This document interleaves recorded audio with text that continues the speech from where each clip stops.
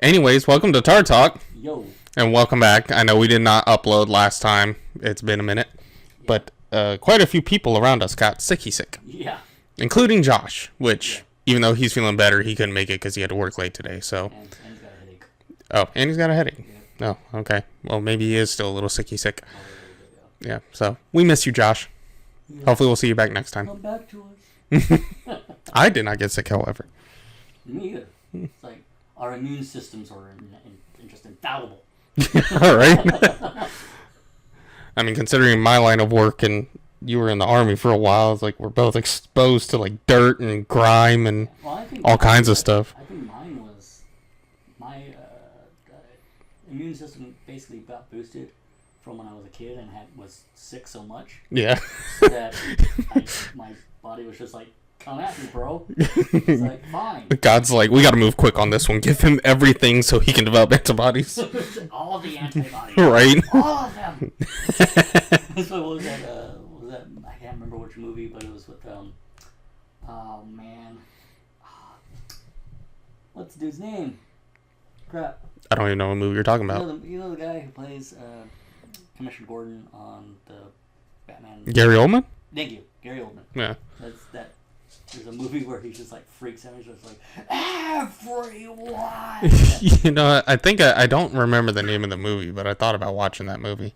Because isn't he like tracking down like an assassin or something? I don't remember. And there's like that little girl the assassin's protecting or something. It's been a minute.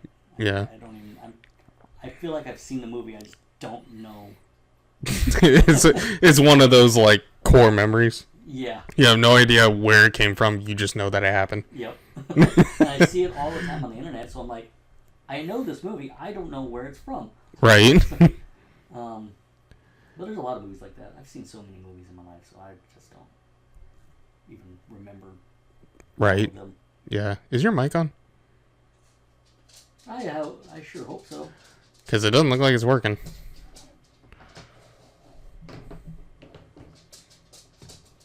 Because I saw it bouncing a second ago. Why is it not working? I mean, the good news is we caught this early. We can always do a take two.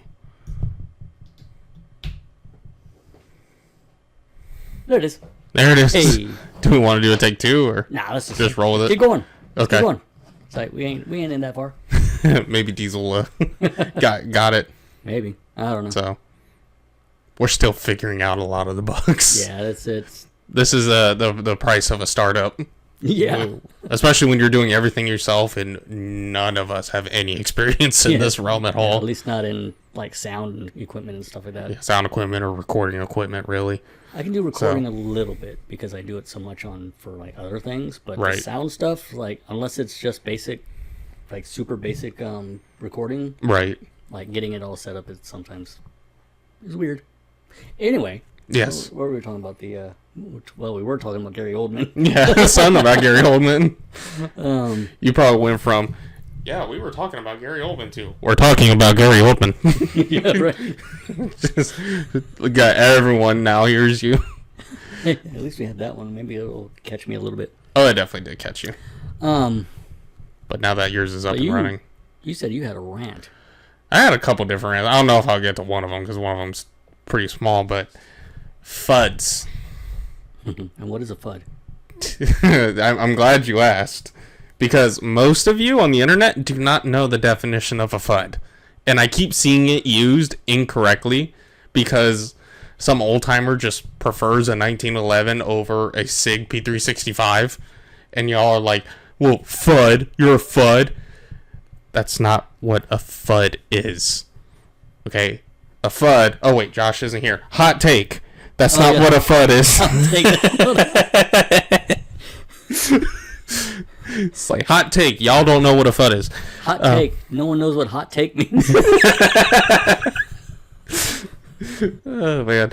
No, a Fudd. We love you, Josh. Yes, we do love you, Josh. Come back to us, please.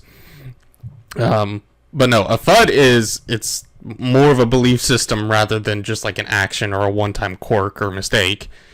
It's a person who believes that the Second Amendment was enshrined to protect the rights of like hunting or sportsmanship when it comes to firearms. That's what a Fudd is. Basically, they're and usually it's driven by like they only like the old stuff or they only like shotguns or something, so they kind of expand that or want to expand that to everybody. It's like, oh, you should only like this as well. Right, and it's just this idea like oh, you know, it's meant to help you get firearms so you can hunt, like go hunting and all that stuff. It's like Joe Biden, not to make it political, but Joe Biden is a Fudd because every single time you mention the Second Amendment, he goes, "You think the deer are wearing Kevlar vests?" It's like well, who shotgun, right? Buy a shotgun, and then tells you to shoot in the air, right? Do a negligent discharge illegally. If you are in a neighborhood, a populated area, and you fire in the air, the police will arrest you because that bullet's gonna come down on somebody. What goes up must come down. Exactly, and it does come down with lethal velocity. It maintains terminal velocity. Yeah, so it will hurt somebody. The only time it doesn't is if it was going straight up and straight down, and guess what? That's impossible. Right. It's almost impossible for even a machine to do it. Yeah. and it's kind of funny if Joe Biden comes out and says, "Oh, you know, go to your balcony and fire 2 blasts in the air." That statement alone doesn't make him a Fudd because he's talking about how to deal with a home intruder wrongfully. Yeah, he's just dumb at that point. But he's not a Fudd at that point. Yeah, but he's not a Fudd. But whenever someone talks about like the Second Amendment, its true purpose, he's always like, "Oh, you think the deer are wearing Kevlar vests?" It's like, nobody's talking about deer here, okay? Oh, I guess we should explain why it said Fudd. It's because of Elmer Fudd. Yeah, that's where it's actually inspired. On Looney Tunes. So I have seen that. I've actually seen a lot of those. I wouldn't. Okay, that one. That one actually ran for a long time. Yeah, that one. Did you watch it on like Cartoon Network or whatever? Oh yeah, Boomerang. I remember Boomerang, man. Oh, Boomerang was after No, Cartoon Network's still a thing. Yeah, so But I watch them on Cartoon Network and Boomerang and the Cartoon Network. So they started out with Cartoon Network, and then Boomerang. After they were getting rid of it all off of Cartoon Network, they decided to go with Boomerang, create Boomerang for it. So they kind of moved everything over. I honestly miss Boomerang. I remember like not being able to sleep at night, so I'd sneak out in the living room when I was a young kid, and then just watch it on a low volume, and I'd wake up to like their transition scenes or whatever. See, those are like iconic for me. That's one memory or childhood thing that I did not experience because my family's poor. My family did not have cable. We only watched movies. We would watch one movie a night, and that would be our thing. Every rest of the day, I'm outside doing something or doing whatever, playing in my room or whatever, and then at night, we would just get together after dinner, and we would decide on a movie. We would watch a movie around the TV. At first it was like a little 10-inch, little 10-inch TV. Eventually we upgraded slowly, as we became more well off, and not poor. But we were so used to not having cable, we just never got a cable. Right. So, I mean, at that point, yeah, honestly, few people have cable anymore. Yeah, anyways. so the only times we really watched cable was when we went to like on trips and we're in the hotel. Right. It's like, oh, cable's cool. Right. That's actually some of the places we would watch some of the funniest or best stuff. But then if we saw a show in a hotel that we would like order or like rent or buy the DVDs and just binge watch them. We were binge watching before it was cool. Yeah. We had like cable and satellite a couple times. Like we would switch to whichever was cheaper at the time because I think like it transitioned a lot. But yeah, eventually when I got into the army and was on my own, I got cable. But anyway, we went totally off of what Fudds were. Yeah, stinking Looney Tunes, stinking Bugs Bunny. I love that though. I gotta find like the DVDs for Looney Tunes and stuff, like the old ones though. Oh, they're all over. Because I can't like when my wife and I have kids. That's the type of stuff I want to show them. Because even though it was kind of phasing out when I was growing up, that was like still the stuff I grew up on, like Flintstones and the OG Looney Tunes. You were the last of the generations to really watch that. I think the Gen Alphas don't. They're probably gonna think of like the Looney Tunes show or something. Okay, so which was are you old enough to remember when they did that really edgy Looney Tunes? Oh yeah, That was where like. it was like super stylized or hyper stylized, and what was it? What was his Bugs Bunny was like this. He had like black fur, and he was just like super, like everything was like super futuristic and stuff like that. Do you remember that? Maybe. It didn't last for very long. No one liked it, but Yeah, I don't know. I can't remember. Maybe I just missed it. If it didn't last for long, then they probably just cut it. I think it happened in the late '90s, early 2000s, something like that. Mm-hmm. So it might be before your time. It wasn't received well. So yeah, honestly, that probably would have been it then, because I watched like all the stuff from like the '60s and the '70s and all that, when they kept doing all the reruns and all that. Those are all the good ones. Yeah.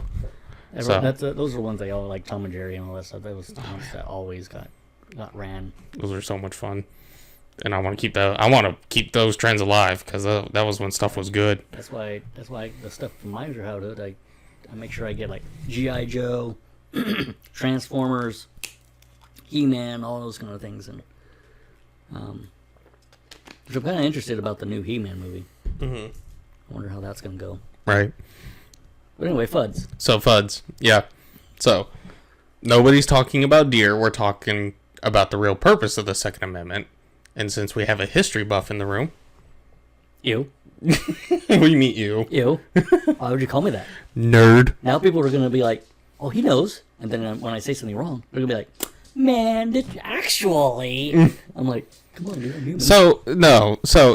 Okay, first of all, I deject that. Because the amount of times you get on the internet debate, and someone tries to actually you just flip it around on them every time. Well. Because it turns out they're only experts from YouTube University. This is true. It's like, everyone will try to go into the history of things, and he's like, no. No, that's not what happened. That's out of context. That's not how it went. Now, to be fair, the reason I can do that on the internet is only because I only, like, comment on things that I know. Right. I don't do things that, if I don't know anything about it, I'm not going to sit there and add my opinion about it. Right. Why would I? It's like, I don't know anything about it. Mm-hmm. But if it's something I'm like, that's wrong. Mm-hmm. Like, demonstrably wrong. Right. Now, I've been trying to not do it lately. I've been failing miserably. But here's the problem. It's all cyclical. Because there will be times I'll be in, like, I'll just, like, look at something, I'll be like, this is so stupid, and then scroll. Right. But then there's sometimes there's that one guy who says something so outrageously stupid, I'm like, no, this is dumb. And then I start typing away, and then it starts a whole debate, and then I do that for a couple days, and then I'm like, okay, what am I doing? This is dumb. Did you see the post I gave you? I sent you and Josh? Yeah, I think so. Last night? Yeah. It was like after I'd gone to sleep, I think, but... Oh. Yeah, did you get to read it? Yeah. It's like, man, dude, it's like... And the thing is, that guy lost his mind on me doing like one sentence, and it wasn't even to him. Mm-hmm. It was like to somebody else. What was it? What was it you said? So the way it originally was, it was on a post talking about how Mormons and Christians have preach a different gospel than each other. Mm-hmm. Right? Mormons preach a different gospel than Christians, mm-hmm. which is true. Right? They're very, very different. Remember what you said about phone calls? I should have answered that, to be honest. I got a spam call. I should have answered that. On impulse, I rejected it just because I don't answer any calls when we're recording. I should have. Yeah, we're using Devin's phone, by the way. I get to have mine now. Yeah. Anyway, where was I? Oh, yeah. So the guy... So and since some dude was like, these guys actually think that the gospel is or the word gospel is the same as testament. I'm like, well, when you're talking about things, it's like, I literally said, look, the gospel is the New Testament or mm-hmm. covenant. It's the new covenant. The gospel is the new covenant. Right. That's all he really said. It's like one sentence. So yeah, like the testament is like the covenant, it's the new covenant, and then the gospels is the good news. So it's like the good news about the new covenant, basically. Yeah. Like this is the gospel's where it all originates. Yeah, the gospel is basically the old and new covenants. The gospel is just that the new covenant is here. Right. That's the good news. Yes. Right? And so when you're preaching the gospel, you're preaching that the new covenant has arrived. Mm. But people were like, no, it's not the same thing. And then some guy was like tried to rip into me, being like, oh no, that's not it. That's the I don't even know what everything he said was more or less what I believe, mostly. But I don't think he understood. Right here. I wonder. He said, actually, the gospel is literally not God's new covenant. LOL. The gospel is much more than the New Testament. The gospel is the Lamb slain from the foundation of the world, the Lamb of God, which taketh away the sin of the world, the clothes from the lamb's skin, which covered Adam and Eve from the beginning. The gospel is found in the Old Testament primarily and emphasized in the New Testament. Jesus preached the Old Testament, yet most believers act like it's invalid because they are too intellectually lazy or unable to understand it. I'm not even a Mormon, but this post and comment is not the gotcha you think it is. And then he put Isaiah 52:7 in there. How beautiful on the mountains are the feet of those who bring the good news. So it's like, yes. And so all of that is everything he just said is the new covenant. Exactly. It's like literally laid out what the new covenant was. Exactly. It's like you just like the amount of whiplash you had to have watching that come full circle. Like, you just proved my point. Wait a minute. it's like yes. Do you want to read my response? So his response was. Yeah, this is my response. Yeah. I won't say the guy's name. You literally just described the new covenant foretold in the old covenant. It's like literally just described it. And then he put Jeremiah chapter 31 verses 31 through 34. Behold, the days are coming, declares the Lord, when I will make a new covenant with the house of Israel and the house of Judah. Not like the covenant I made. Sorry, it's a small text here. Not like the covenant that I made with their fathers on the day when I took them by the hand to bring them out of the land of Egypt. My covenant that they broke, though I was their husband, declares the Lord. For the covenant that I will make with the house of Israel after those days, declares the Lord, I will put my law within them, and I will write on their hearts, and I will be their God, and they shall be my people. And no longer shall each one teach his neighbor and each his brother, saying, Know the Lord, for they shall all know me. From the least of them to the greatest, declares the Lord, for I will forgive their iniquity, and I will remember their sin no more. And then there was a couple of other things there.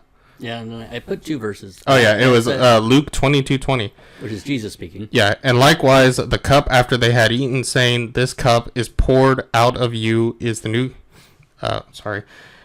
This cup that is poured out of you is the new, poured out for you. Sorry, it's a screenshot. It's hard for me to read right now. Yeah, it's a road. Is poured out for you is the new covenant in my blood. The gospel you just articulated is the new covenant. That is why we call it the New Testament or covenant. Yes. It's like painfully read by me. Yes, painfully read. Painfully. Emphasis on painfully. The post against him was just me posting scripture. It's like, right. It's like, what are you talking about? Jesus just called it the new covenant. And the bro describes everything. He's like, yes, and Jesus described it. He fulfilled it. It's like, correct. It's like, let him just rant. You're like, I failed to see how this contradicts my argument. He actually ended up responding to me again. Oh yeah. Yeah, I don't know if you read my thing though, because I was he seems to be responding to whenever I respond to somebody else. He responds to me. I don't understand. But I responded to somebody else because I was like, wait, what's... Because the guy said, some other dude asked, we're saying, yeah, gospel literally means good news. I'm like, correct. Mm-hmm. What's your point? I'm sitting there trying to figure out what the point... But then that guy, responds again. It's like, I'm trying to remember what he said exactly. He's like, I can't remember now. It was something, again, equally as stupid. and he goes, that's my point. I'm like, So I would try to. I'm trying to be. I've responded again. I don't know if he's responded back, but I'm trying to be gracious. I'm like, maybe you just misunderstood what I said. Surely you're not this. You're gonna have to bleep that. YouTube doesn't allow it. Fine. I'm just saying, I don't want the video taken down. YouTube, you're. I mean, if you bleep it. So anyway, but yeah, that's just kind of the hot take of the moment.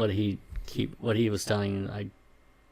When I do get in my stinking rants, I try not to. But when I do, it's hard for me to stop. It really is. It's like, usually there's like a lull. And sometimes like it just kind of stops on its own. And then the cycle resets. Other times you have to be like, okay, I can't keep doing this. Yeah, basically. Although doing those things, doing those rants online has actually made me aware of like new things, like new groups of people that I didn't know existed. And I'm like, well, I guess I got to learn about that now. Where like and usually it's like fringe groups. That's where I learned about. That's how I learned about flat Earth. That's how I learned about various things like that.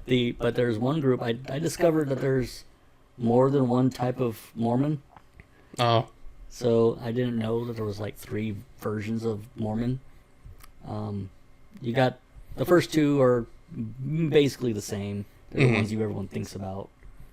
Just one's a little more like you have like LDS and then you have LDS Light.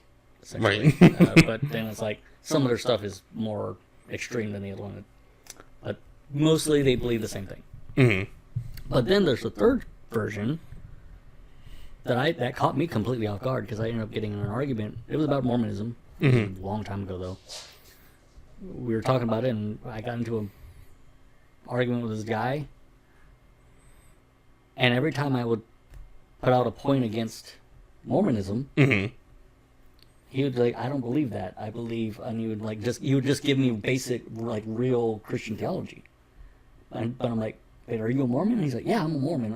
Or I think, I'm like, what is this guy? It's like, how are you a Mormon, but all the things you're saying is just Christianity?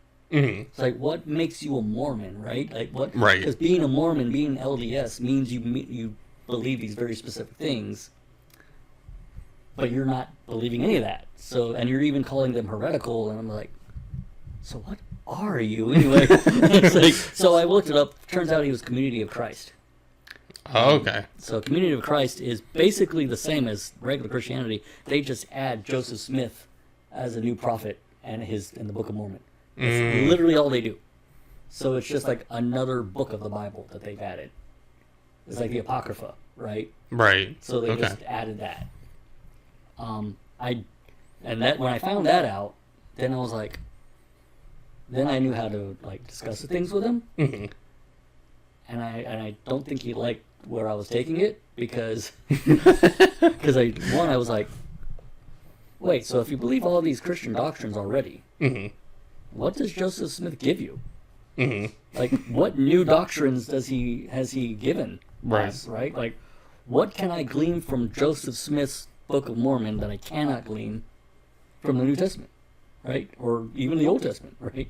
Like, what new stuff does he have that I need his work, right?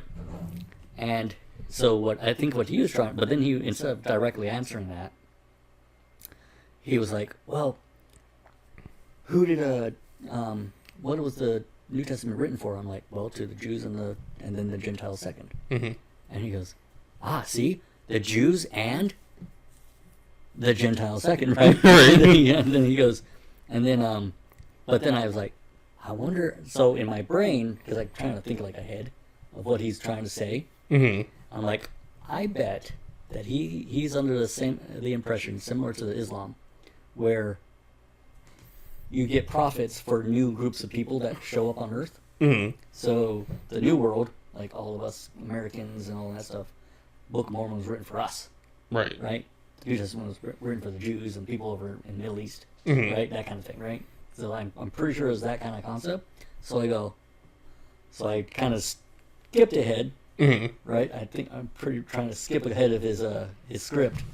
I'm like, but if you're trying to make it sound like we need a new prophet because of, because we're just a new, like, Americans or North American, whatever. We're still Gentiles. Right. We're all the Gentiles. Paul did just fine telling us what to do as Gentiles. Right. Paul was already the prophet, or already the apostle to the Gentiles. We don't need Joseph Smith to be our new prophet for the Gentiles. We already got one. That was Paul. Right. So yeah, after that he didn't say nothing to me, so I was like, well, I guess I won. I don't know. Yeah.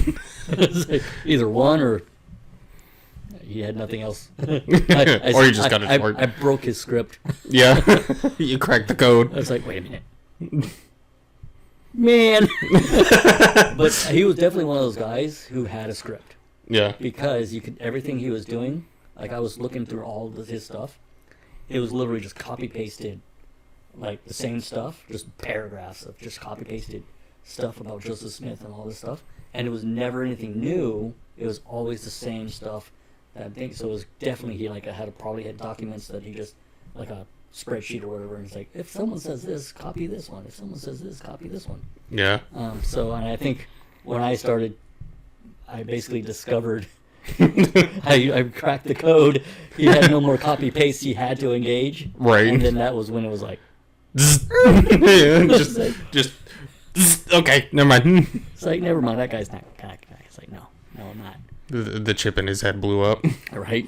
But yeah. Oh, by the way, I've been studying cults. Yeah. Yeah. If we're gonna join the Masonry. Oh, well. Well. I have thought about it, because you can just apply to the Freemasons. Yeah. You don't. I used to think that you had to be like recommended. You could only get it through recommendation. You can't. You can actually just go out there and apply. Just go knock on the door like, hey, can I come in? Hi. I'm interested in an application. Yeah. It's like, I'd like to fill out an application, please. They're like, do you have references? It's like, no. I go up there. Have you seen my stapler?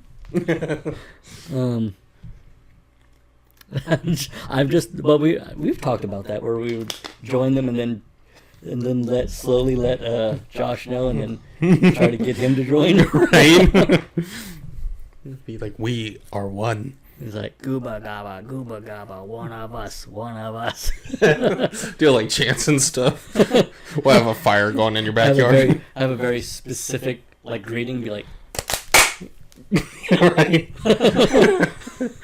It's like, what was that? It's like, we can't tell you. It's like, if we told you, we'd have to kill you. So, but yeah, that was like a large rabbit trail. Yes, I'm gonna go on one. I did admit you're a part of that gun meme page, right, on Facebook? On and off, yes. On and off. Do they kick you, or do you just get off? Every once in a while, I'm like, these guys are idiots. I don't want to look at this stuff. And then I'm like, that was kind of funny. I'll go back. Because I just stay in, and I don't know it's like everything, but I have basically posted. I'm like, every once in a while, I'm like, screw off. One thing that's really dumb is that the page is moderated, and I say, well, yeah, it makes sense, yeah, because the page is moderated. Like, if you go to post on the page, it has to get approved by a moderator. Whereas, like, some of the pages, once you hit post, the meme just posts. So I tried to post a meme about how someone in Fudd fashion actually tried to claim that the Second Amendment was for hunting rifles and not weapons of war, but it literally said someone literally did that out there. No. So that was the meme. It was a meme making fun of it. Okay. But yeah, so it was a anti-gun activist group that posted that picture, and then people took it and memed it because it said, the Second Amendment was meant for hunting rifles like this one. And it has a picture, and then it says not weapons of war underneath. But the picture was a picture of an M1 Garand, which is, as probably literally the most recognizable weapon of war out there. Yeah. I would honestly say the M1 Garand even beats out the AR-15 or the M16 and stuff like that. Because M1 Garand is very notable. I think the only one that could probably beat it out on being as recognizable would be the AK. Maybe. I think that's the only one. Honestly, I don't see people going after the AK at all or talking about the AK that much. Well, Because if I show... Well, they did a long time ago. So, in those early 2000s, 2010s kind of time frame, everything was an AK-47. Everything was an AK-47. Okay. Literally, it became a meme of itself among media because it was just like, are they going to call it an AK-47? And then it would show like an AR or some other type of rifle. And like, So they were using an AK-47. Like, what's funny is that it's kind of switched. Now they do that with AR-15s. exactly. It's Because like people kept correcting them. No, that's an AR-15. So now it's like their brains are just like, oh, all these things must be AR-15s now. Right. It's like, educate yourself, people. right. It's not hard. I saw a newscast once where they wanted to show the quote unquote dangers of an AR-15.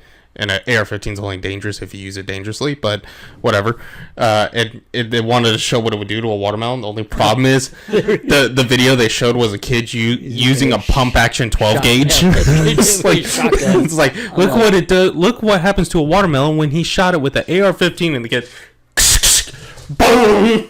You see the red shell rack into the chamber, and the kid actually like does the motion on camera. It's like that's not it's like an AR-15. It's like the Iron Man or the Avengers movie where it's like, you didn't think we noticed, well we did.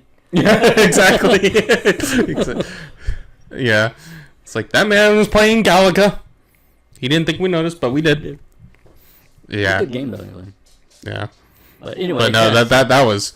But yeah, I took the I would troll people. So now this actually, and this might be the real definition of a hot take. I'm not a fan of Taurus semi-automatic pistols. I think they're trash. That's not a hot take.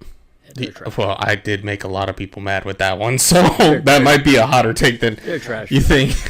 Taurus needs to stick with their revolvers. Yeah, their revolvers are good. I actually had a 1911 that, funny enough, I bought in 2020 with the stimulus check. So, only for it brand new, fresh out the box, only for 80 rounds later for the sear spring to break on me, and the hammer locked up and the trigger locked up and everything. I could still rack it, thankfully, but yeah, the whole thing broke, and so I sent it out to get it repaired, and it sat on a shelf for 9 weeks. And then they pulled it off the shelf, fixed it, and gave it back. So, it's kind of dumb. Yep. That was really dumb, actually. And so, yeah, I do not stand by Taurus pistol. I have another 1911. I think it's a TISAS, if I'm pronouncing, or TISAS. I think it's like TISAS or something like that. I don't know how I'm pronouncing it. I got that one when I went to SDI. Because I'm considered a 1911 specialist. I'm hesitant to use the term expert, but I'm very familiar with 1911s. That was a painful class, by the way. That was painful. Yeah, 3 lessons were on either like not altering, but like fixing or working or polishing the trigger. Oh my gosh. To get that trigger out was a pain in the butt. Yeah, it's funny because all the stuff I know about the 1911 has been self-taught because my first firearm was a 1911. Mm-hmm. So I would literally just grab it.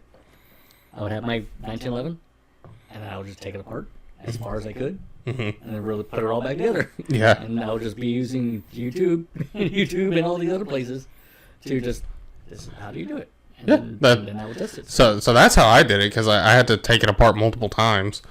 What really made me mad about it was I had to video myself a lot because they want me to like show like polishing the trigger or taking it apart completely, not just like field stripping it, like full dismantle.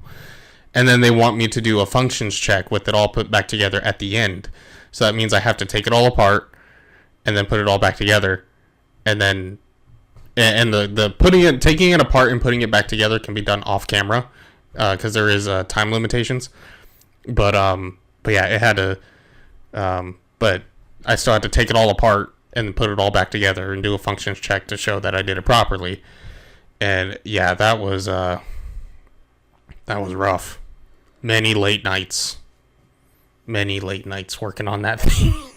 I hated it so much, but now I know, and now I can fix a relatively still popular firearm type, and then also the first time trying to put the what was it, the barrel retention. Oh, the retention spring. Yeah, or that. Recoil spring is what I call it. Recoil spring, but also the detent.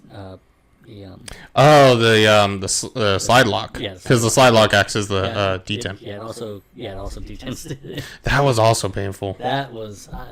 It took me so long to actually finally get a method of doing it. I see that, and I'll raise you one because I got that one pretty quickly. I didn't. It took me forever. The disconnector. Which one? The trigger disconnect in the frame. I don't think I ever messed with that. So it's a floating piece. So and the pieces are like this big. It's a floater. Yeah, it literally is. It's two pieces that go together, and then I forget. Would have to look at it again. But yeah, it's like held together like by like a pin, and they just float on top of each other, and that's it. So you have to like put it together and I'm using tweezers for this because it was so painful, and you have to like delicately put it in and then delicately grab it and set your pin, because if you nudge it the wrong way, you even breathe on it wrong, and it goes ting ting ting ting, and then it falls apart. And so like that was what the first time, because I knew how to field strip in 1911 for a while when I bought the Taurus, but breaking that thing apart, that was the first time I broke one down completely, like down to the bare frame. And that part alone, I think, took me 45 minutes just to get it put back in, because that was rough. And it's all because it's two quarter-inch size pieces that free float until you put that pin in, and yeah, it's stupid. I'd hate having to repair those. But hey, it definitely set the standard for all firearms after it. Oh man, it definitely did. Ooh, is it a? Ooh. That's my wife. Aww. But yeah, no. So back to the whole Taurus thing, and then we'll try to get into the whole Fudds and the reason for the Second Amendment. We're rabbit trailing, but it's still mostly on firearms. So mostly. But yeah, I took the Ed from Ed and Eddie, the dumb Ed. Okay. And I photoshopped. You mean Best Ed? I never watched the series, to be honest, but I love that game. But dig a hole. Dig a hole. Dig a hole. Yeah. Holy schmoly! I saw that scene in the meme. But yeah, I took him, and then I photoshopped a Taurus G2 in his right hand, or I guess would be his left hand in the picture. And in the caption, I put, "My Taurus is just as reliable as Glock." I think I only had a total of like 15 likes, but 238 comments in that page. You got ratioed. I did. People were trying to light me up about it, and oh man, they were getting at me for it. One guy, right? One guy tried to get at me on the affordability argument, right? It was like, Tauruses are cheaper, and because you have more money than me. Marginally. Right. Well, that was like my whole argument, right? Because he's like, oh, it's like, well, because you have more money, you can afford more expensive, but some of us just want to defend our homes and only got a couple $100. I'm like, okay, first of all, who told you I have money? I was broke living with my parents at the time, so it's like, I had a job that basically solely paid for my bills. So if I bought a new gun, it's because I earned that gun, okay? I earned it. I mean, like the FN 509 I got, that was a $960 pistol. I did 3 weekends of tree trimming with a coworker of mine at the time, where he paid me $120 a weekend, and then I sold another pistol. So I practically paid for that pistol doing extra work on top of my full-time job, and then also getting rid of one to replace it with that one. So it's like, don't lecture me about being broke or balling on a budget with firearms. I'm the master. I know what that's like. I'm so good at it. I got I think I told you this when I got my instructor to use the phrase balling on a budget from SDI. Oh yeah. Short story on that one. It was a discussion board for one of my courses at SDI, and the prompt was, is it better to buy expensive scopes or will cheap ones work just as fine? And they allowed me to cite personal experience. And when he said you can use your own personal experience, I was like, don't mind if I do, because I have plenty of experience in that field. Because I literally phrased it, balling on a budget is not in my regular vocabulary, but I literally said, I'm what like my generation likes to call balling on a budget. And bear in mind, the instructors at SDI are like people with 20-year military backgrounds and, you know, years of gunsmithing. Like, I think I don't know the average age, but most of these people, when I looked them up, were like in their 50s, okay? They are older generation. And I just went on. I was like, look, I've used cheaper sites for years. Haven't really had any problems with them because I can't afford the expensive sites. Yeah, I have to go buy an $80 scope to put on my $300 hunting rifle because I can't afford $500 or $600 rifles with $1,000 scope. You know? Usually, the more expensive stuff only matters, at least in my opinion, when you're starting to worry about combat applications. Yes. Or if you're going to be going to the range or going hunting every once in a while. Depending on where you're hunting. Yeah. Because, so like, range, so when it comes to scope, more expensive ones, you might get a higher zoom, clearer visual, more tolerated zero. And what I mean by that is, like, when you zoom it, it'll tolerate the rifle more. Right. Obviously, you know, here in Florida, we're flat and it's basically a swampland. If you see something, it's probably going to be no more than 100 yards out, which is why we generally sight at 100 yards. But if you go up into like the mountains and you're hunting off the side of mountains, you're looking at like 400, 500 yards. Mm-hmm. So getting something a little bit more expensive so you can get a clearer picture of your game, that makes sense. But completely irrelevant for our situation right now. Right. But yeah, so I was like, I know what it's like to be balling on a budget, okay? I know what it's like to be wanting guns and having to work extra hard, set some money aside, slowly save in increments for it before you can buy it, okay? And Tauruses, especially the G2s on average... Or be like me and just use my tax refund. Yeah. Funny enough, that's actually how I would buy some of the guns, was using tax refunds. That's how I get a lot of my stuff. Yeah. But yeah, no, it's like, he tried to go after me for the affordability thing and all that crap. And I went in with my personal experience. I was like, dude, you cannot use that against me. I know what that's like.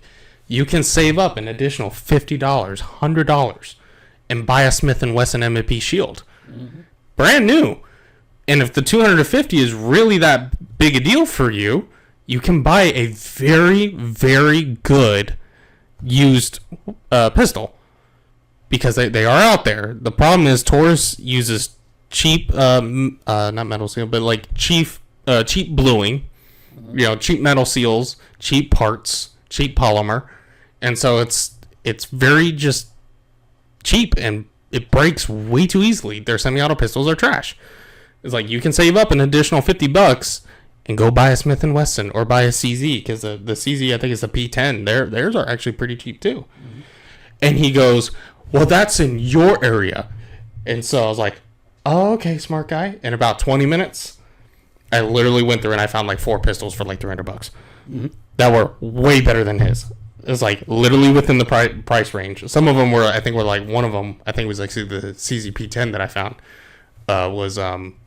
Mm-hmm. And I literally just picture, and I'm like, that was in about 20-ish minutes of searching the internet. Yeah, and then no response. He's probably like, "Oh, I need to go find those." No, because some other dude responded to that thread, agreeing with him, and then he replied to him, "Was like, yeah, these people just don't get it, man." I was like, dude, the evidence is right there. You are scrolling past my replies. That's what we call cognitive dissonance. Right. So yeah, I made a few people mad with that one. I also made people mad with my my meme on the 22, where I was like making fun of like the 22 caliber people who carry the 22s. And yeah, one guy I actually did like cite the expertise argument on that. That actually reminds me of it has nothing to do with guns. But it was a thread that I was on. Actually, you know how the MechWarrior, or excuse me, the BattleTech page that I own, that I run.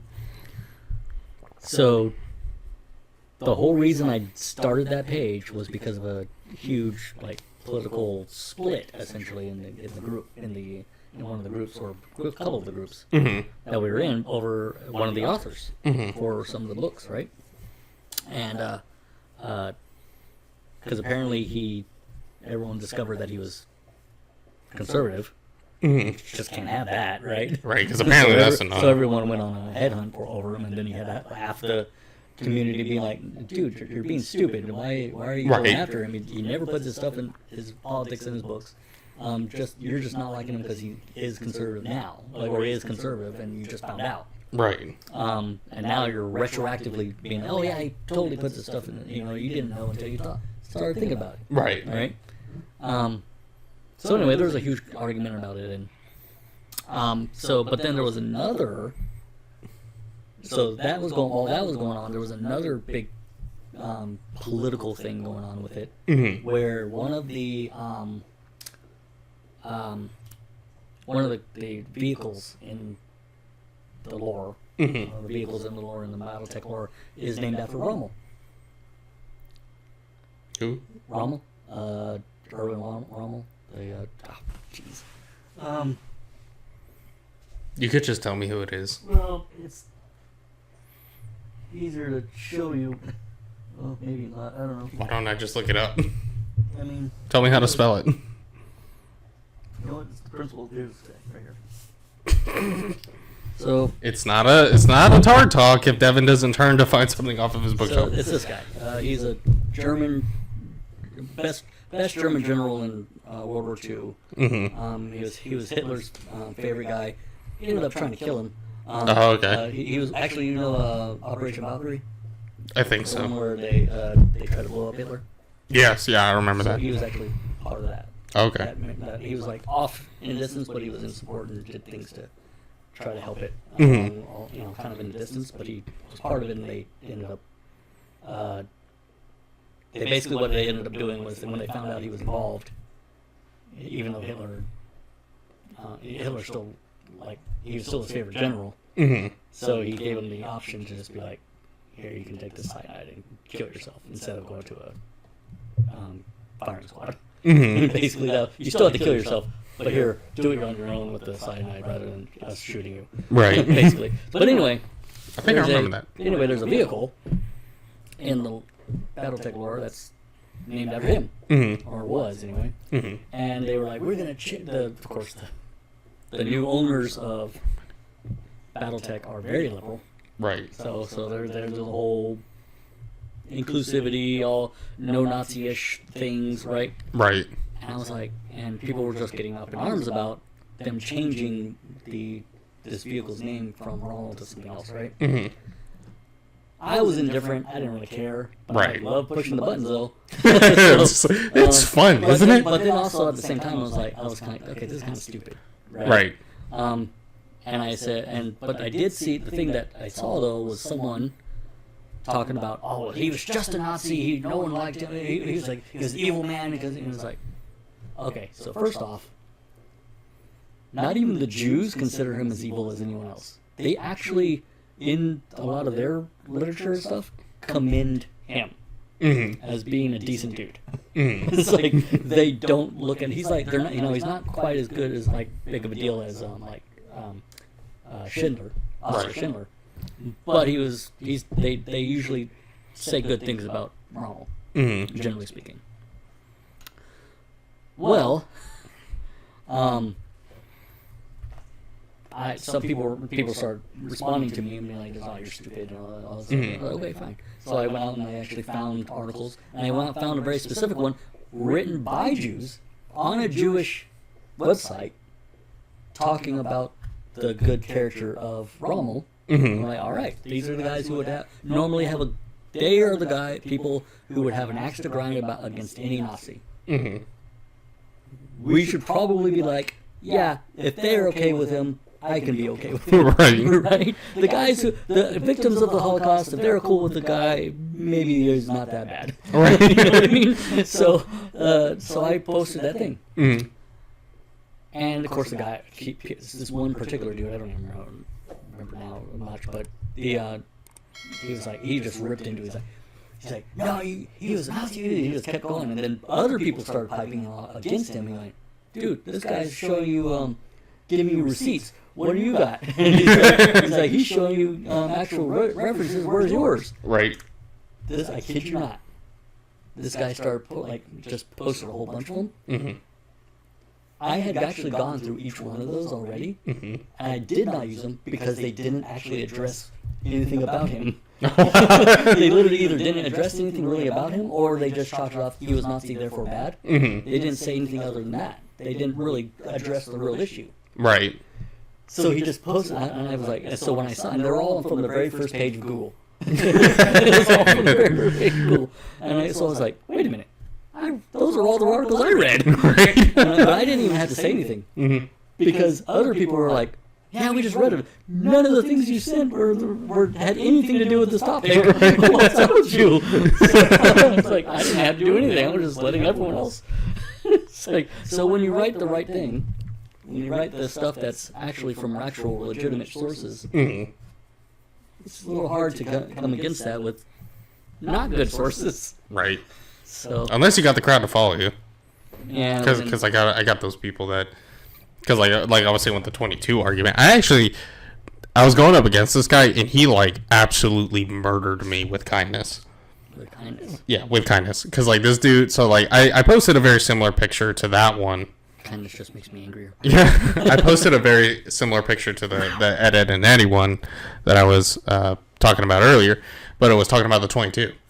And it's like, oh, the 22 is just as fine or whatever. I can't remember, and I'd have to find it for a while, so I'd have to be scrolling for a while to find it. So, but yeah, so I posted that picture into the meme page, and again, it was like very few likes, but a lot of responses, a lot of comments. They had opinions. Oh yeah, and this one guy was like talking about how I was like, oh, I carry a 22 all the time, and he carried a Keltec, Keltec 22, and he carried it because he could get 20 rounds into it, or like 30 rounds into his magazine with the Keltec pistol that he carried. To use all of them on one target. Yeah, well, that was my point, right? Is I'm like, we were going back and forth. I was like, dude, like it's not. No one's saying the 22 isn't deadly, but it doesn't have the stopping power necessary to put down an adrenaline hyped potentially junkie, like cracked out of his gourd guy. Although to be fair, almost nothing has the stopping power. Right. I mean, a headshot maybe. You had to go straight for head. You had to go like even the 5.56 wouldn't stop that. So, yeah. You would have to go. You would have to try. You might be able to stop it with a 7.62 by 39. Yeah. I mean, and at the end of the day, for stuff like that, you need something that'll just tear muscle and flesh. At least render it incapable. Yeah. 40 minutes. But if a guy is like hyped up on adrenaline wanting to kill you, a gut shot with a 22 is not gonna. They might not even feel it. Yeah, it might agitate them, to be honest. Mm-hmm. And so we were going back and forth, and because actually, I'm thinking if they get hit here and they're on adrenaline, they might not feel it. Yeah, probably not.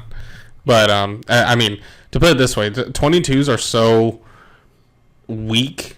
There was a point in time in the 50s where police units actually considered them as less than lethal riot control. They would put them on like what are those like dinner plate looking SMGs? Yeah, they would put them in those, and if a riot broke out, they'd just spray the crowd with 22s. And I think like 6 people died from it, and they were like, "Oh." I guess it is a little lethal. Yeah, it's a tiny bit. But the fact that only 6 people died. Right. With like a 100-round drum magazine where they're just like... Grrr. So, yeah, at one point in time, it was considered by law enforcement less than lethal. But because I went to Sonoran Desert Institute for gunsmithing, and I took kind of more the general course where we do have to learn about ballistics, I went and I found all the numbers, like the velocity, the weight, the foot-pounds of energy, all this stuff, the grains and all that. And I broke it down to literally like a paragraph this long, because he told me, he's like, you really don't know anything. You don't know what you're talking about. And I was like, I mean, I only studied gunsmithing for 16 months at Sonoran Desert Institute, but here's what I know. And granted, it's not very much. And then I sent like a whole paragraph of like the differences in velocity using 9mm as the comparison, because that's the most common one. So like difference in velocity, weight, foot-pounds of energy delivered, all that stuff. And the dude literally, when I listed all that, the guy was like, he goes, okay, first of all, dude, like, hell yeah, you went for gunsmithing? That's awesome, dude. It's like, congratulations, good for you. And then he's like, I just personally prefer the 22 because I work behind a bar and it's a pretty small pistol and I got some extra rounds and yeah, the guy, granted, I don't agree with like his assessment for the reasoning for carry, but he did kind of like flat out murder me with kindness because like he and I were going at it, and when I showed him my expertise, he's like, oh, that's awesome. I was like, oh, okay, maybe this guy's halfway okay. Or he was being sarcastic. Maybe. I mean, his whole tone changed from the way he was typing because everything went from. Or maybe. Everything went from it's like a you problem to this is my preference. You know what it was? What? You dropped SDI on there, and he's like, all my favorite gun people talk about that. Yeah. He was starstruck. Right? He's like, you could go for the low price of $11,250. Honestly, you get a lot of good stuff if you go to SDI. They don't, obviously, I mean, we have like 100-something views on this channel. Nobody's sponsoring this show, but I've personally gone to SDI. And yeah, you get a lot of good stuff, a lot of good material, a lot of good teachers. It's if you're looking for gunsmithing, I'm not getting paid to say this. I'm saying it because I experienced it. Check out SDI.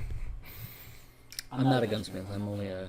I mean, you kind of actually are, but you learned from the Army. Yeah, this is a little different. It's not as extensive.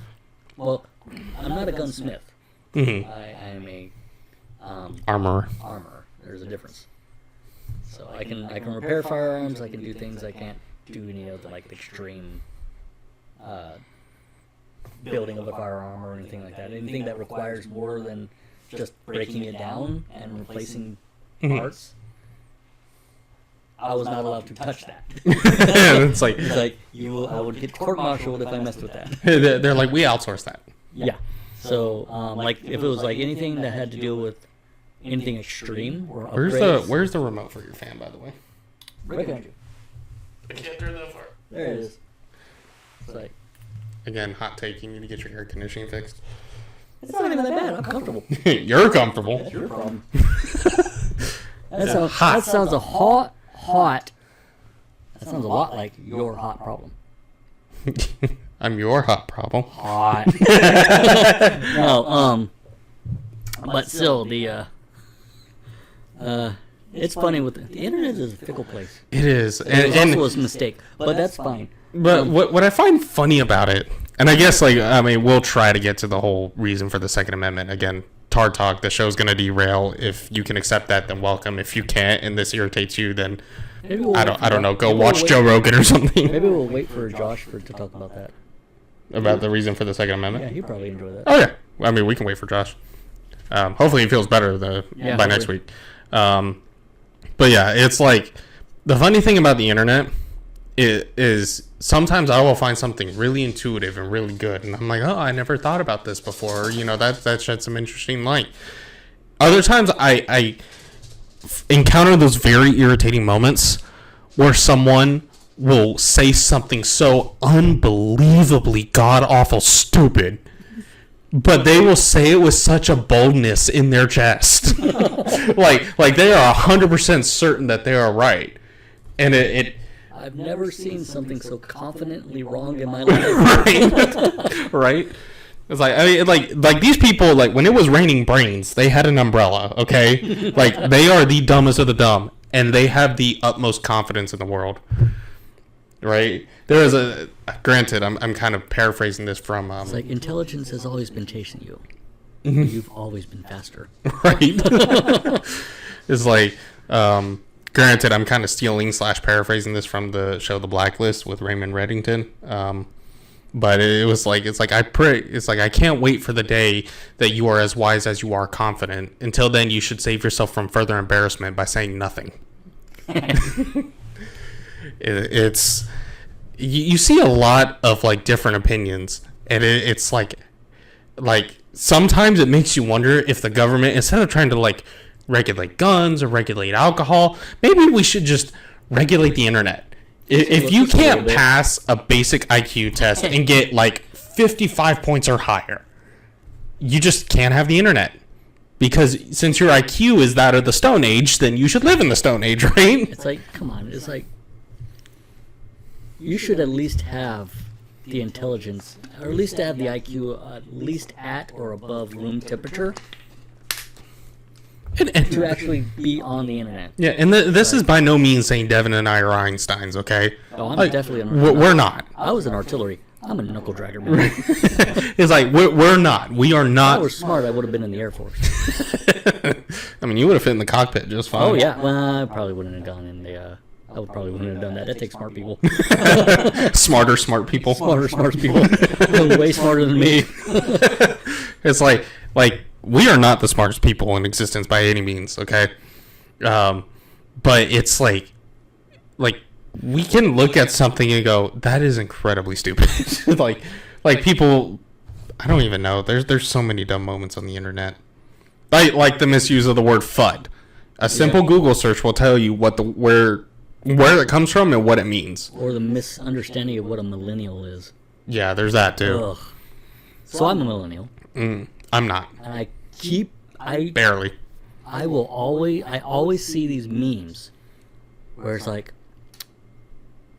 we grew up as this, right? How like VHS, all the cassettes, all these, things with, going outside, getting rough on our bikes. And I was like, okay, yeah. And then it'll say, all these millennials don't know what they're talking. It's like, hold up. Right? That is the completely wrong generation. Right. All of the things you just listed are the childhood of the millennials. So, right. What do you then? Basically, I'm pretty sure they get hung up on the word millennial and think it's people born at the year 2000 or around that time. Probably. Because it's millennial, right? Which that's Gen Z. Right. The cutoff for millennial was 96. 96. So 97 onward, I can't remember to the current year for that, but it's Gen Z, and now I think for some reason people are saying we're in Gen Beta now, which I don't know how true that is. It's like we should still be in Gen Alpha. Yeah, when did Gen Z end? That I'm not sure, but it wasn't that long ago. Yeah, because Gen Z. It's about every 15 years is a new. Is it every 15? Yeah. I thought it'd be like every. So yeah. So if it started in 97, then 2007 is Gen Z plus 5 from that, so it'd be 2013. That's when Gen Alpha. That would be the cutoff for Gen Z, and the Gen Alpha would be 214. So yeah, we're still in it. Yeah, we should be. Yeah. We shouldn't be in until 28. Yeah, right. 28. So. Yeah. So we shouldn't be in Gen Beta yet. No, it should be 2029. Yeah. For Gen Beta. But I'm not an expert. I don't know. No, I'm not either. So, but yeah, it's like. But if the trajectory continues. Yeah. Well, I pointed it out to him. I was like, he said he saw it first, but I didn't see it. I'm like, I don't know. We Gen Z might have started it because anyone who's like 35 and up, we would look at him and go, okay, boomer. Yeah, the boomer thing's a little bit newer than the millennial thing. I remember the millennial thing, although this was when millennials were still around. Right. We're actually young at the time. Right.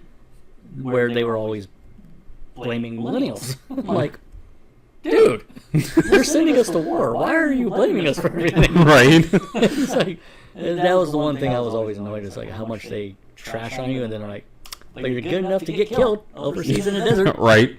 It's like we just think you're the problem of all the bane of all our existence. But we'll send you for 20 years to get killed in the desert. Right. That actually kind of made me think of the whole argument actually, because there was a talk about raising the age to purchase a firearm federally speaking in Florida. It's already there, and I'm hoping they change it back, but. Federally speaking, raising the minimum age to buy a firearm to the 21. And I think I was actually talking to one of my uncles about it. And I was asking him, I was like, well, I was like, why do you think that is? And he's like, oh, well, if you got to be 21 to have a beer, then you should be 21 to have a gun. And I'm like, well, I remember driver's ed, and they told us why that 21 age for beer, or alcohol in general, exists. Mm-hmm. It's because of your liver. Your liver finishes development at 21. If you drink before that, it can hinder the liver development and affect it in bad ways. So that's why they try to keep it at 21, because your liver is now considered fully developed, and that's what processes the alcohol out of your system. I didn't know that. Yeah. So I remember doing that through when I was trying to get my learner's permit, and I had to take the drugs and alcohol course, and that they explained that. I got mine the old way, where it was just my mom showing me how to drive in the parking lot, and then I learned, and then went to get it. Well, so I took that because I had to take it. It was legally required by Florida law for me to take a drugs and alcohol course. I got mine in Mississippi, so. Yeah, it's probably way different in Mississippi. Oh, yeah. A bunch of hillbillies wrote that law. It was a joke. But like, are you 12? Close enough. Here you go. Okay, I passed first time, though. Yeah. I did. Written test, so I tried to take that twice. Yeah, so I actually had to, because I had to take the drugs and alcohol course, and that was like an 8-hour minimum course where they like timed the page and everything. Okay.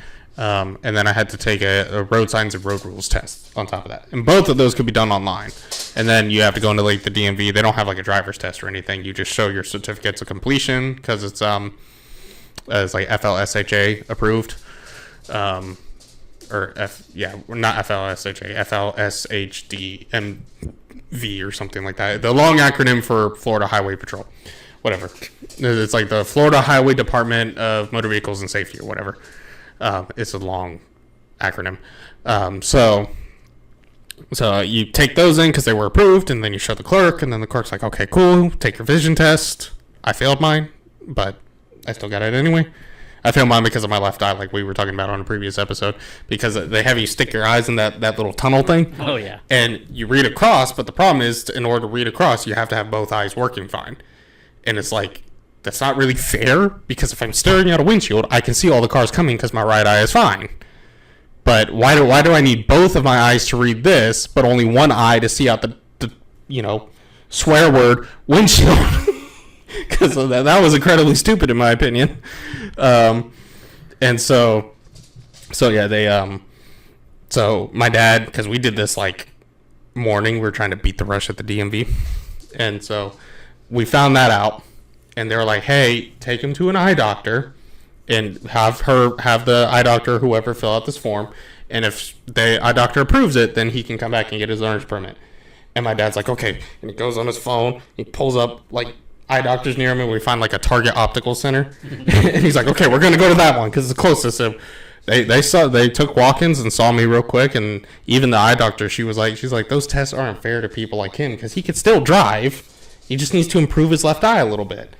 And then she wrote me off and said I was good, and then we zoomed all the way back to the DMV and got back in line, and then I got my learner's permit that day. But yeah, so what was I talking about?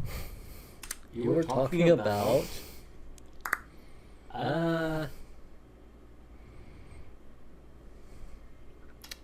what were you talking about? Drinking at 21. Oh yeah, the whole firearm thing, right? Yeah. This is why I would probably suck in debates. Not because I don't know stuff, but because it takes me longer to cite stuff. Yeah, it would circle around. Eventually, in the debate, I would be so bored with you talking, I'm just going to be zoned off. I'll be like, I'm sorry, what'd you say? I got ADHD. I got it bad, so. You'd be like, everything you just said was trash. Right? That's all. So, but anyways, so yeah. So the whole drinking alcohol thing is like, that's why that law exists. It's not because of the responsibility factor. It's because of development factors, right? Because if we want to talk about proper development and responsibility, then technically we shouldn't be allowed to do anything until we're 25, because that's when the human brain is considered finished developing, is at the age of 25. So because of that, then we should really, by law, we should raise the age of consent to 25 instead of 18. Yeah, that's the real reason insurance goes down at 25. It legitimately is, actually. No, it's like, but think about it. they're duping you the entire time. Right. You're like, oh wait, this is when they'll figure it out. And they're like, I knew this when I was like 15. Bring it down. Yeah. It's like, okay, you'll get the discount then. But yeah. This is the actual number. Right.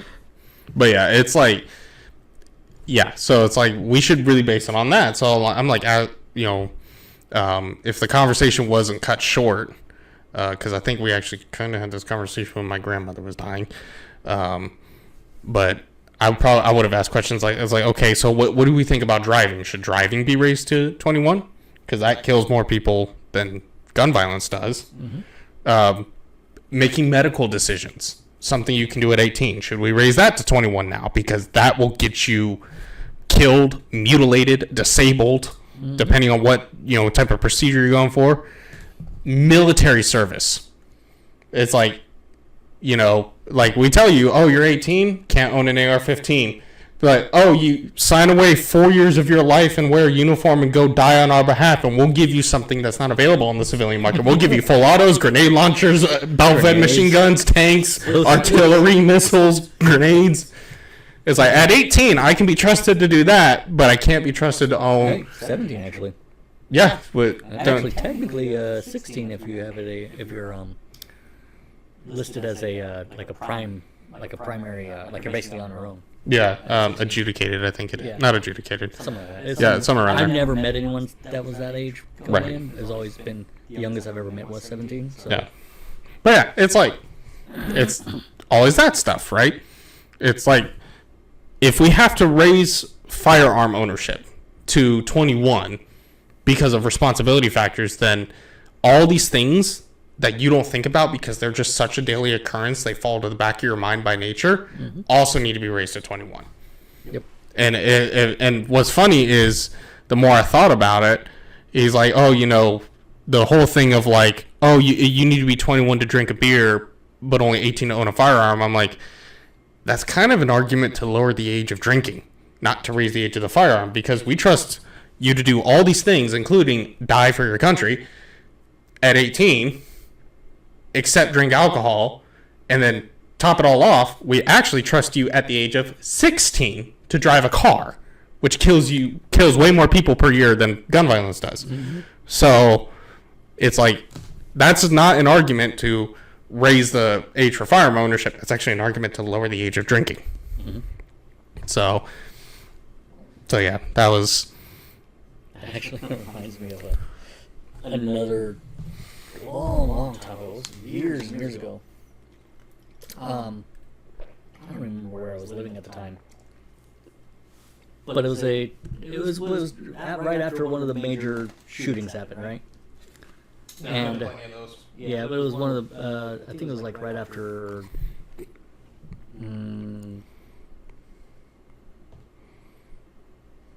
I can't remember. It was one of those like school shootings, the earlier ones.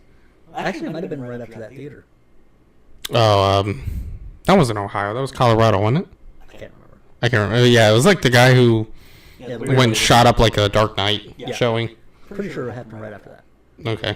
So I was, of course, at that time, I was always arguing with people on the internet. I had no filter. I could not be like, I don't need it anymore. I was like, nope, I'm gonna be the guy who tells everybody everything. And I was not nearly as smart as I am now.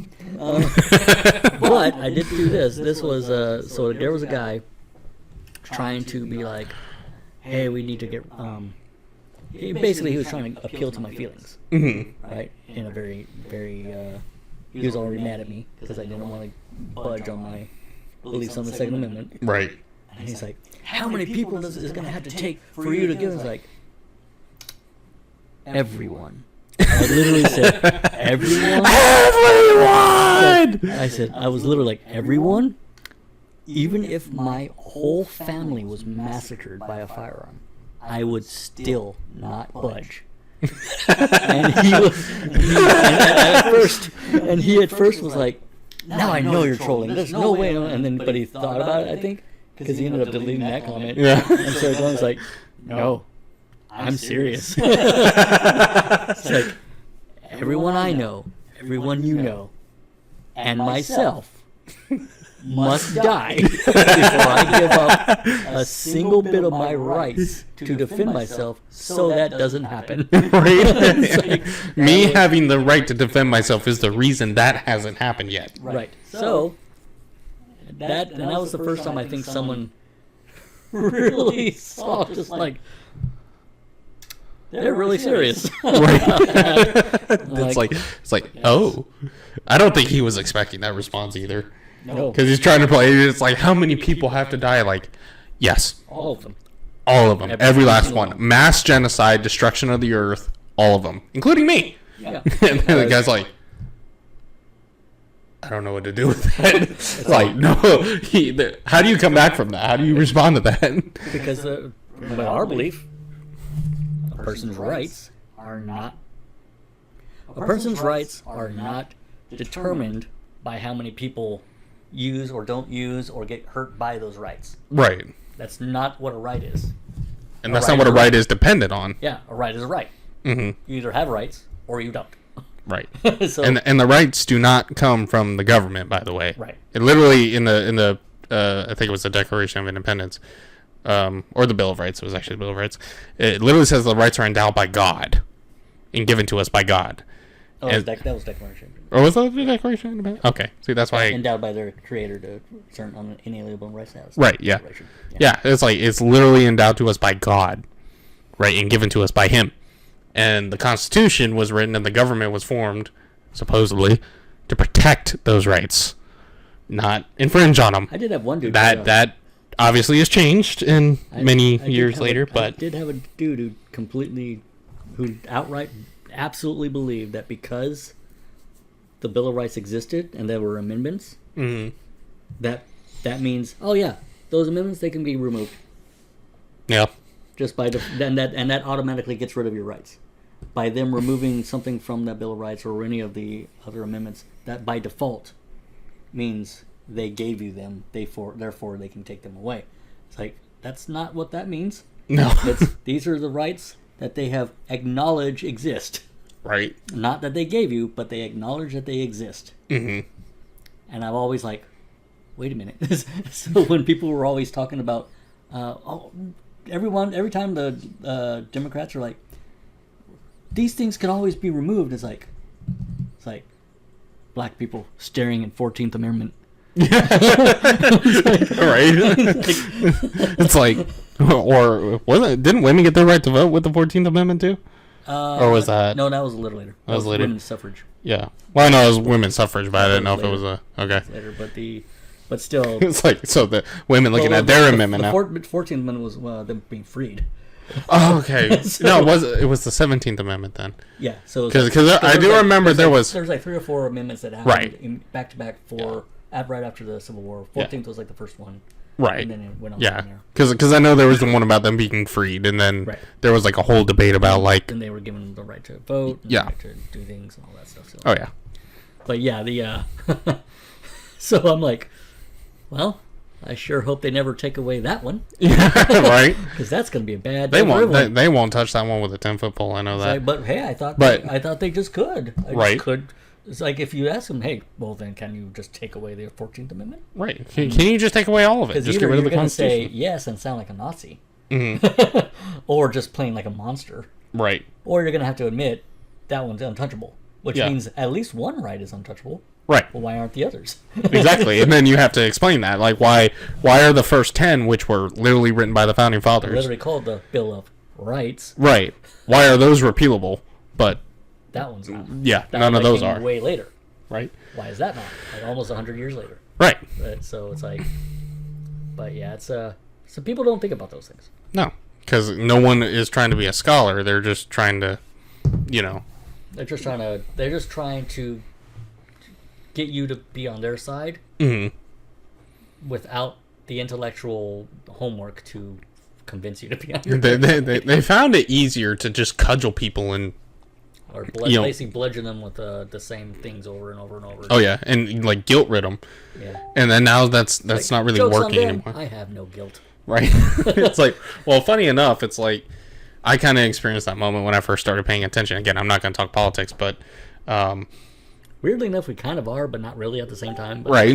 It's like such a weird. it just they keep calling you names, and it's like we are Christians, and like the term for us would be white Christian nationalist because we like America and we're believers in Christ. Okay, I'm a white Christian nationalist then. Might have to call my. It's like, joke's on you. Proverbs just called me a depraved human being. Right? Exactly. It's like, I already know who I am. Right? It's like I'm not saying that because I'm proud of that term. It's just like, okay, you know what? Screw it. Like if that's how you're gonna designate me, you can call me whatever you want. Just don't call me late to dinner, right? Like, call me whatever you want. I'm gonna go do what's best for me. I'm gonna go practice my faith and do what I do. Live my life. You can call me whatever names you want. You can call me whatever it is you want. Whatever you got on your list. Just leave me alone. It's like I'm not going to be guilt-ridden for my faith or my belief system. That's your problem to contend with, because I'm not going to go out there and shame you for all of your beliefs and for who you are. I'm just going to debate the idea like we're supposed to. Like allegedly. Yeah. It's like I thought we were just supposed to scream about each other's that each other are Nazis and we can't and they're stupid and all that stuff. I thought that's what we're supposed to do. Yeah, that's another thing too. I like it how some of the sides actually like kind of mirror each other.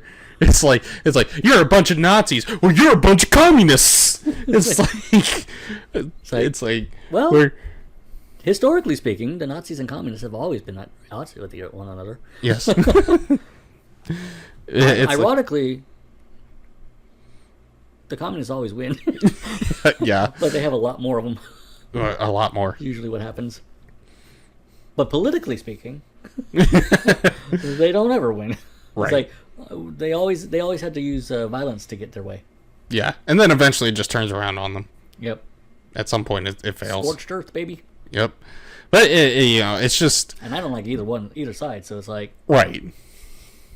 I'll take out a communist as fast as I'll take out a Nazi. I don't care. It's like it don't matter. It's like, yeah, it's all just like really dumb. It's like I'm not gonna fall for this whole like. It's like, oh, what's your opinion on taxes? And then I disagree with theirs, and it's like you're a bigot. I'm like, what's your idea of taxes? Well, there should be none. Right. It's like, y'all don't want to know my opinion on taxes. Taxation is theft. It's like I was actually having this conversation with someone. Should I get into it? Because it is going to be kind of political. It's not going to be one of those like hot takes in terms of politics, is but it lukewarm? It's slightly above, I'd say, but not boiling. It's not boiling. No, it's not boiling. I don't know. I might piss a few people off, but generally speaking, handouts. Oh, handouts. Yeah, handouts, like EBT and stuff like that. Oh, like social handouts. Mm-hmm. Sure, why not? If it's bad, I'll just cut it out. Okay, I don't think unemployment should exist. The whole unemployment thing with like you submit your application to the government and they pay you to do nothing. Cut that out. If you are able-bodied and capable, go get a job. Now, notice I didn't say disability, okay? Disability is fine. I'm okay with disability because if you can't go to work, like you are physically like wheelchair-bound, you cannot work, we should help you out. That's fine. Although the original version of it, of unemployment, the original way it was made, actually worked a lot better because there was a cap at 6 months. Right. So it wasn't indefinite. Right. So I think if it's going to exist. But my question would be when was that made? 90s. 90s. Okay, because things were a little bit different back then. Because you can apply online, you can find jobs everywhere. I think one of the bigger problems that we have now is no one's really willing to move for their jobs. If you're in a very rural area and the one thing you have near you is a convenience store at a gas station that isn't hiring and you have no work, then you should honestly be willing to relocate to find work instead of just being like on an unemployment. Now, granted, I know that's a very extreme case, but although there is a flip side to that, right? Mm-hmm. How do you get money if you're unemployed to move? Right. So there advances. There is that caveat, which you could probably talk that over with like an employer. When I was down on my luck, I did not use unemployment. I just got money, whatever odd job or thing I could. So there is that, but at the same time, some people don't have that luxury. So there is, I can see, but which is why, in my opinion, the unemployment idea is fine, but the way it is now, where it's basically an indefinite, it's basically a way of life. Right. Where like it should not be a thing. Yeah, like you get on it. I think the one requirement they have is that you have to go to like a certain amount of interviews once a month. Yep. But you can literally just go, and even if you get offered the job, you can turn it down, and then continue to be on unemployment. I think that needs to go away. Maybe what he said is like it's a cap at like 6 months or so. It's like, okay, hey, we'll give you money to save so you can get back on your feet. Because if you can't get a job in 6 months, right, you're not trying hard enough. Yeah, like we had that. I brought this up with that one person we know, and she was talking about how like she applied to like all these different places, and she couldn't find a job. And some of those places were even like Target or Walmart and stuff. I was like, they hire everybody. Although. Now, but she was applying online. Also, she's overqualified for a lot of things. Yeah, but so I mean, she's a slightly different case. She's also, well, I'm not gonna do all that later. Right yeah. Now. But she is a little bit of a different case. Mm-hmm. But she's not trying. She's trying. The one thing she also lost her job during the time when nobody hires. Right. So she was in the worst time frame for actually getting hired. So one of the things I found out with her particular situation though, she's only applying in like her field for most of it. Like you might want to consider branching just temporarily. And that was back. You're way behind now. Okay. Yeah. So like, but that was the last time we had the conversation. Yeah, that was a long time ago. So yeah, she's beyond that now. Yeah. So it's like it's. Because I remember one of the things, like, she was always applying, like, through the, like, ZipRecruiter or, like, Indeed jobs. And it's like, I found out that Indeed likes to post jobs that no one asked them to post and accept applications for it because a lot of places will have, like, we will not accept third-party applications. You have to apply through us. Right. And so, but then you can still find them, like, on Indeed and stuff. So it's like, use Indeed and, like, ZipRecruiter and stuff like that to go and look for openings, but then after that, go to the website and see what's actually open and try to apply through them. I always tell my students to go straight to the website. Yeah, I always do too. So the places like Target, you have to go into the store, I think. They have a computer that they want you to fill the application out at, as far as I know. At least that's what it was a while ago. And then now I think they could have changed it. But they have their website. I've had to do it. It was a long time ago, but I've seen their website. They do take applications on their site. Okay, so they probably changed it because I remember. Because you have to go. They have the same character survey thing that Disney has, which means I will never be able to work there. You're gonna have to lie through your teeth, boy. Not only lie through it, but I know what their answers are looking for. Right. So, but yeah, it's like I just, in my mind. And some people actually, I think, funny enough, like with what I brought up, they're going to think I'm heartless, right? The Bible literally says if a man is not willing to work, also let him not eat. Yep. The key word is not willing, okay? Not just not working, but not willing to work. Yeah, like the paralyzed that Jesus cared about, they were incapable. The blind beggar was incapable, not unwilling. Right. I mean, the blind beggar still went to the gate to beg. Like, he was willing to do something. He just couldn't see. So it's like I'm not heartless. But what I don't like is seeing people who are upright on their feet, generally knowledgeable, physically capable, mooching off of the taxpayer dollars when that money could be going to someone who actually needs it. It's like, okay, gotta relocate, gotta go somewhere, let's do that, and then we'll go from there. And instead, it's like a bunch of people who just keep, like he said, treating it as a way of life. And it's like, oh, no, the government will pay me. Right. It's like and they don't pay. The one time I was actually upset that I did not get on unemployment was in 2020. Because I had a buddy, right? So in 2020, I actually worked for a church. So I was considered an essential employee. because thankfully DeSantis actually fought to keep churches open and consider them essential businesses. So I was considered an essential employee. I was a custodian, and but a buddy of mine, he worked at a restaurant as a prep cook, and so he got laid off almost immediately because like they closed it down, and for a couple weeks they tried to pay him even though it was off, and they're like, hey, we can't afford this, so we got to cut you. But he got on unemployment. The state kicked him on the unemployment line, and this was how the federal government and the state government organized it.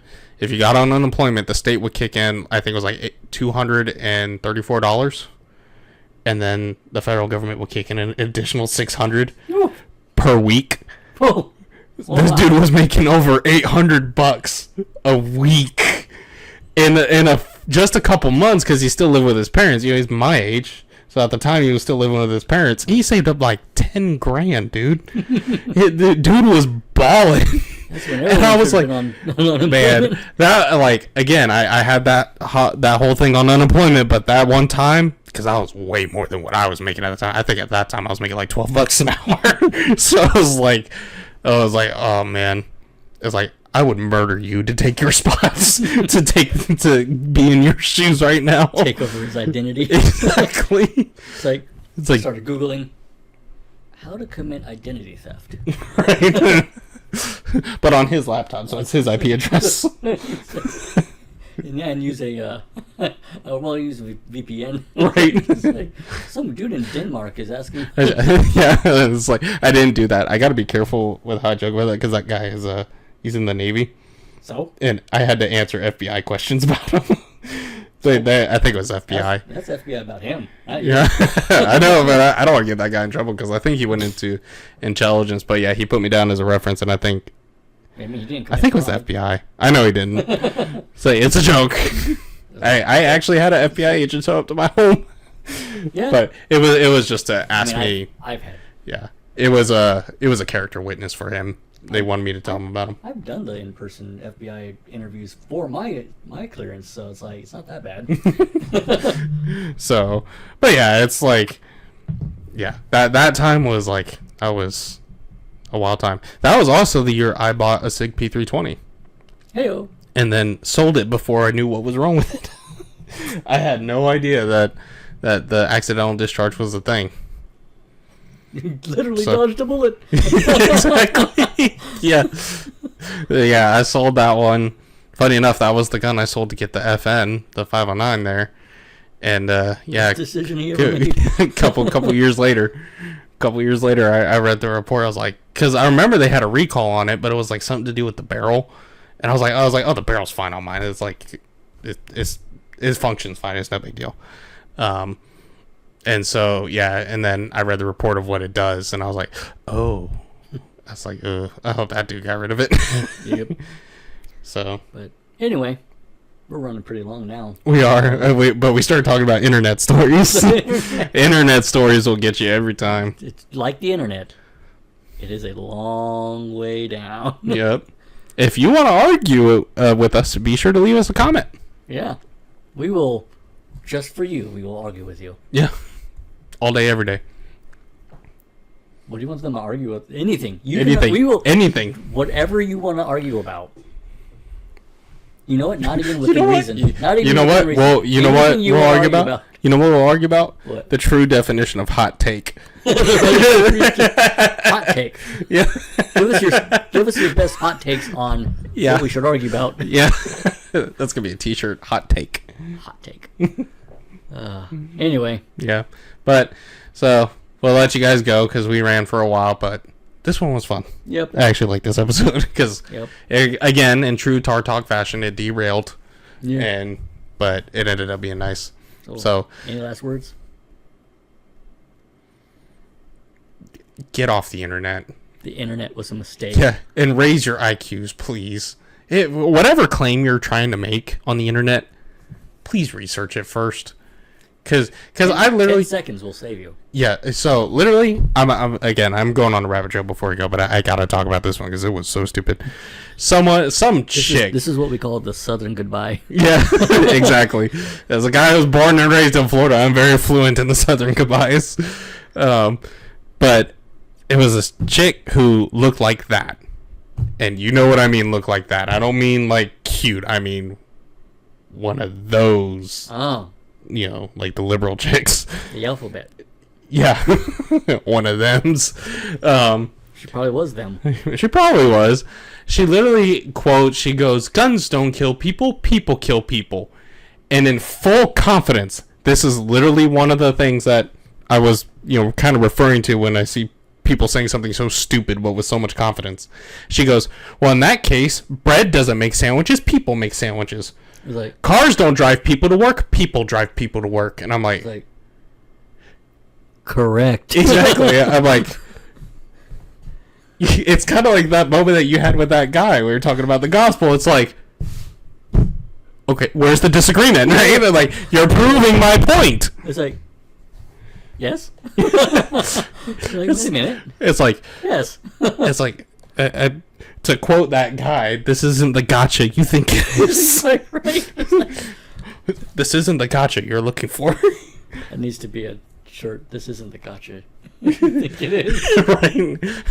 Hashtag hot take. Hashtag hot take. This isn't the gotcha you think it is. Or just say hot take. This is the gotcha you think it is. Exactly. It's like those people. If you just stop for 10 seconds to think, and if you've thought about it and it's still not clear, just do 15 minutes of research.